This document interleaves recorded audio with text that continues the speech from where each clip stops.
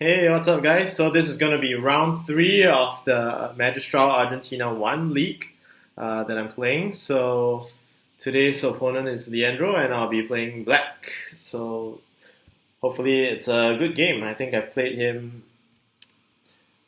a few times on Othello Quest before, so should be an interesting one. Okay, so let's get this game underway with my usual e6 move. Okay, he's played the perpendicular opening.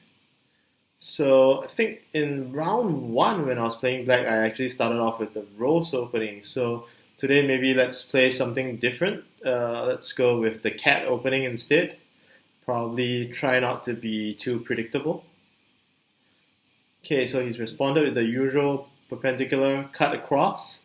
Um, so maybe let me try a different variation. I could go Italian, which is just an intersect diagonal cut this way, or I could also go for maybe the extension of the cat opening towards Sakaguchi. So those are a few options that I have. Doc, my impression of him online is that he's a very stable player. He can definitely play a very good mid game to end game. So think let me try with going towards the usual cat extension opening instead. So just cutting across one disc, regrouping the discs. Okay, so right now he's played to d6 and basically regrouped his disc. This is a standard book sequence for the cat variation. So I have a few options. This would be somewhat different in terms of the cat variation. This would probably lead me to Sakaguchi. And then there is also a few other variants that I can choose from. For today, I think I will play just a quick diagonal cut across, probably leading up to Sakaguchi in this case. Let's go for a quick intersection of one disc, just maintaining the center shape. Okay, so he has regrouped and probably the typical response as well. So if I played to b3 right now, it would be the usual Sakaguchi opening. Some people play d7, but I think for the sake of today's game, let's go with the usual Sakaguchi b3 cut across. So the standard response would be for him to play f3 over here. So f3 allowing me to intersect with to f5 would allow him for a nice b4 sequence and control this mini diagonal between d4 and e5 disc. So that is the essence of Sakaguchi opening. So let's see whether he does play that variation out. Okay, so he plays a slightly different variation.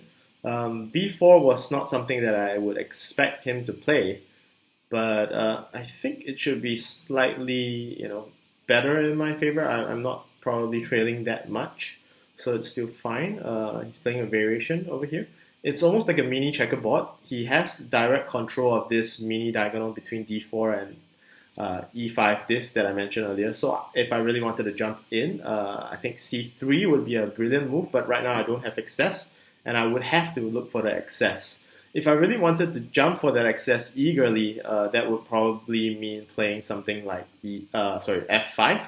But f5 is easily f5 to establish e5 to access c3 would be easily removable by white or him responding to g5 perhaps and just cutting across. So instead of doing that, we'll probably consider playing a waiting move instead to f3 and just control my own mini diagonal and just wait for that a better option to come in later in the game so that I can access c3. So let's go with f3 right now and just wait. And at the same time with f3 establishing e4, I have one more additional good move maybe to g4 in the future, depending on how he responds and plays to either to the bottom right, interacting with the e6 disc, or probably playing to the top. So let's see. Okay, so he's selected to play f6, which is a very compact move in a sense that he's regrouping and at the same time maintaining in a very center position, trying to keep his moves within the center 16. So that is a very defensive maneuver. So over here, like I said earlier, g4 would be one of my top picks as a passive move and to go for consecutive tempo. So g4 and then looking for a consecutive move to f5. So I think I don't really see any major issues with g4, so let's go along with g4. So just making an extra comment over here to the top left. So how white has shaped up over here with c3 being an empty square and white's disc being on the bottom of this b3 disc, the only way that white can actually interact with the b3 disc is to either play an x square or a c square, and a c square with this many empty squares to the left that are left empty would then be rather dangerous and risky. So in fact, this shape is not that favorable for white or for him in terms of just talking about the interactions with the b3 disc. So in essence, I can sort of ignore the b3 disc because he doesn't really have a very good way to interact with this disc. So right now my focus would then be about minimizing and just trying to restrict his moves to the top and also to the right. So working on this point, he has just played to d2 and basically established the d3 disc, which would provide him crucial access to access f5. So applying the usual mid-game principles, prevention would mean me playing c2 or c3. I can flip back that d3 disc and stop him from accessing f5. Or the next approach would be to poisoning it to make it less attractive. Maybe e7 would be an option, but e7 is basically too loud and creates moves to the bottom for him for absolutely no reason at all, and he still is able to jump into f5 and occupy the center, so that's pretty much meaningless. So another option would be taking the move itself, which means just grabbing f5 itself. f5, if he follows with one more move to e2, f5, e2, he basically controls this mini diagonal. I don't really have a nice way to break out. I would then have to somewhat intersect to the left again. So instead of doing that, I think prevention seems to make sense for now. So I would actually weigh prevention slightly heavier as opposed to taking the move or poisoning the move. So prevention, they say is better than cure. So let's take a look at c2 and c3. Which way is better to prevent? c3 basically allows him a very nice c2 to continue chasing for f5. So for that simple fact, I will just go for c2 instead, which doesn't allow him to cut back to a nice c3. So instead, he would have to cut into the center to try to look for more moves to access back into c3. So I think right now I'm still in a comfortable position, maybe just investing a little bit more time in the opening, trying to just consolidate my position. I think I should be slightly ahead at this point in time. So he's probably going to go for maybe f2 to establish the e3 disc to try to target c3 perhaps, or alternatively he could go for maybe, I don't know, g3, or maybe just jump into the center immediately to e2. So I think other than that, there doesn't seem to be many clear-cut options for him right now. So maybe just to anticipate, if he goes to e2, I would probably just jump in to the center.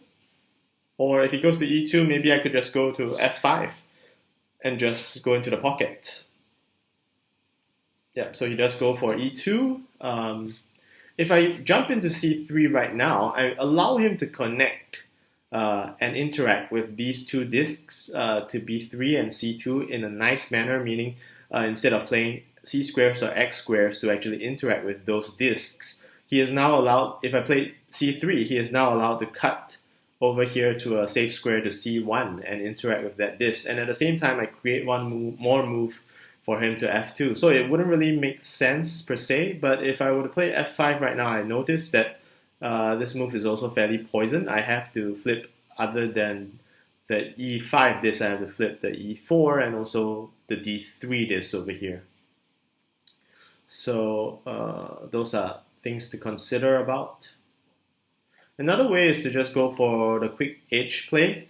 If I just play to c1, and basically if he feeds d1, I'll get that unbalanced h, but at the same time I'm just playing a pure h play and just reserving c3 for myself. If I play to c1, he goes to f2, and then I form a pair to f1 perhaps, and he probably moves to g5. Then I could probably think about going to c3. So right now I think c1 suddenly seems a bit attractive at the moment. Examining my other options, I don't think the other options would work out as well. c3, I probably lose c1 and also give up f1. But if he takes c1, I'll be able to jump into f5 and poison f2. So I think usually maybe I'll probably adopt c3. But I think for today's game, I would want to explore maybe a little bit more of a h play option, and let's go with c1. So I guess, yeah, he's either going to go to d1 in response or f2. So if he goes to f2 over here, I would probably just go for f1 and form a pair. Yeah, if he goes for d1 over here, I have to respond and grab e1, I guess, in terms of tempo. So he does neither of those and surprises me with g3. So that's a very interesting move by Leandro. So over here, I don't have access to c3. So a simple, quiet move for me right now, almost immediately, would be f2. f2, and basically just wait for his response. Seems to be a safe approach. If I were to try to cut an excess, maybe to g5 to get the e3 disc too prematurely, somewhat preventable. So I probably wouldn't want that to happen. Instead, I'll consolidate this wall and then I'll perform the cut afterwards, I guess. So let's go with f2. So I think he's playing fairly fast-paced. I have 11 minutes left. Just about half of my time is gone, and he has 15 minutes, so he still has about 3/4. So he's playing pretty fast. Okay, he's played out to h5. Also an unexpected move, I guess. So right now I'm just targeting to go capture c3, and in order to do that, I would probably want to get e3. So right now g5 looks like a very nice cut across in order to access it. But if I go for g5, he will probably just respond quickly to e1 and prevent that. But I don't think I have many other options, so I'll just go for the quick g5. If he does choose to prevent it entirely, I could actually go to f1 and probably play like a mid-game parity maneuver. So so he doesn't go for that, which is also surprising.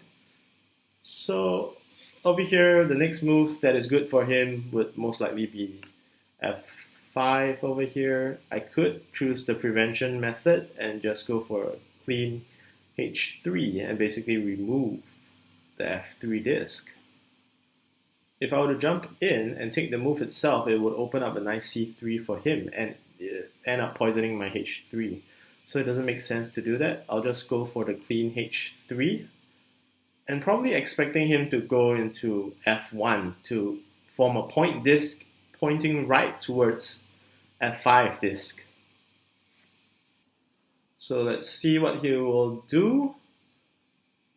Okay, so he takes d1, flips the f3 disc that gives him direct access to f5. In terms of tempo-wise, I guess I'm not too concerned. If I were to take the edge, he would jump in. I lose the access to h4. I'm forced to play c3 next.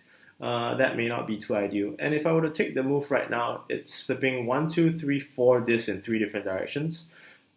Probably not great as well. So if I were to adopt a more progressive approach, I could also go with h4 first, which h6 would be a quiet move for consecutive tempo. And he wouldn't probably take h2, I guess.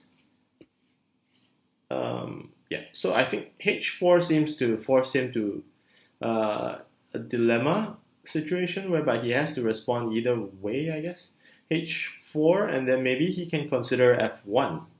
And if he does f1, I can still consecutively go to h6, and if he goes into f5, I will probably take to c3, or maybe even extend to h7. So I think either way works. h4 seems to work for me, so let's go for h4 for a clean, almost like a pressurizing move to just go for consecutive tempo to h6.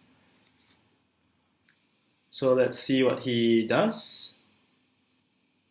Okay, so surprisingly he does weigh tempo more, and he grabs h2 and pressurizes me to make a choice over here.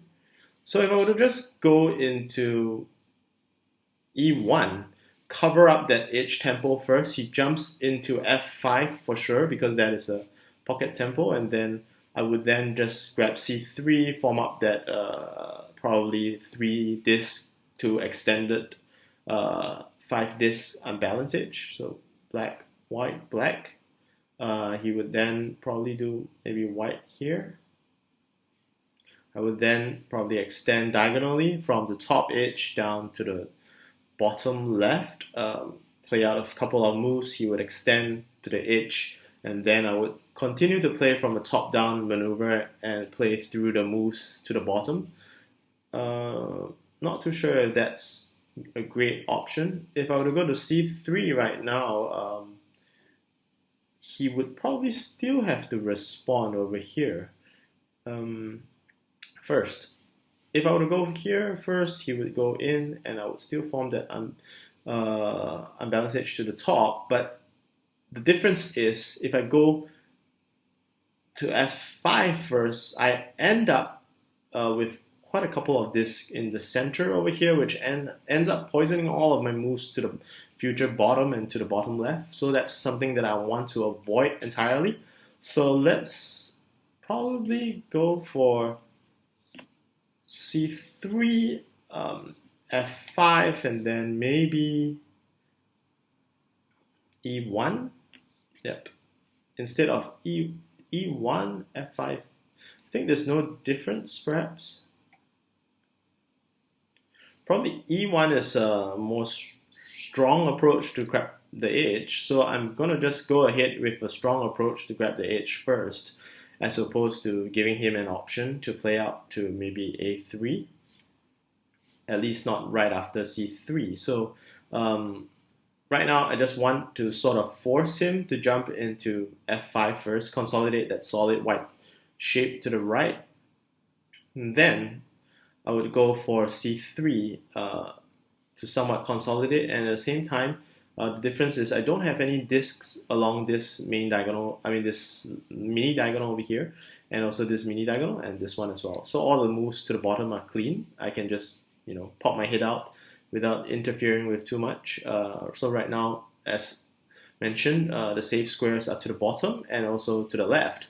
So establishing to the left first and allowing him to just chip away all my discs to the left would be a safer approach, I guess, a more progressive one, before I head on to the quiet moves over here on the back of these mini diagonals. So that would make sense, I guess. So I'm just going to go for the diagonal cut. If he feeds the edge over to me, I have one more additional quiet move over here, the b6, which would allow me to close out the game easily. And if he jumps in right now, I also have an option to just grab the c square, which is an unbalanced equilibrium edge, but at the same time he doesn't have access to threaten the corner into a5. Because white-black, basically this is an empty square, he doesn't have access. So he chooses to feed the edge to me, probably not too great because I have one disc over here that provides access here, and also one disc before he removed it to to access the same square over here. So right now, if I play b6, I basically seal off the game. So I think he doesn't have much options right now. Instead of extending the unbalanced edge to allow him to play a diagonal control, maybe I will just grab the corner for a safer approach. Of course, I do lose parity in this mini small corner over here, but it's basically a forced option because if he plays to b7, I'll just grab a7. So essentially, he's probably lost options over here. So right now, he's just forced to x squares or c squares.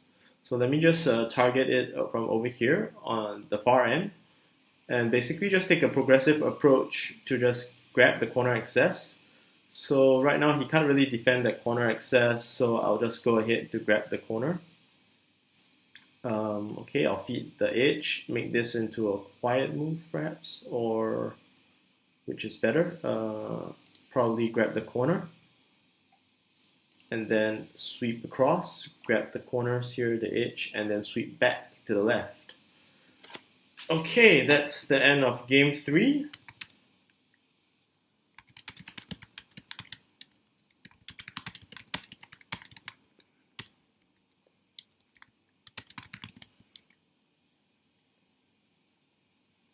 Okay, thank you very much and good game, Leandro.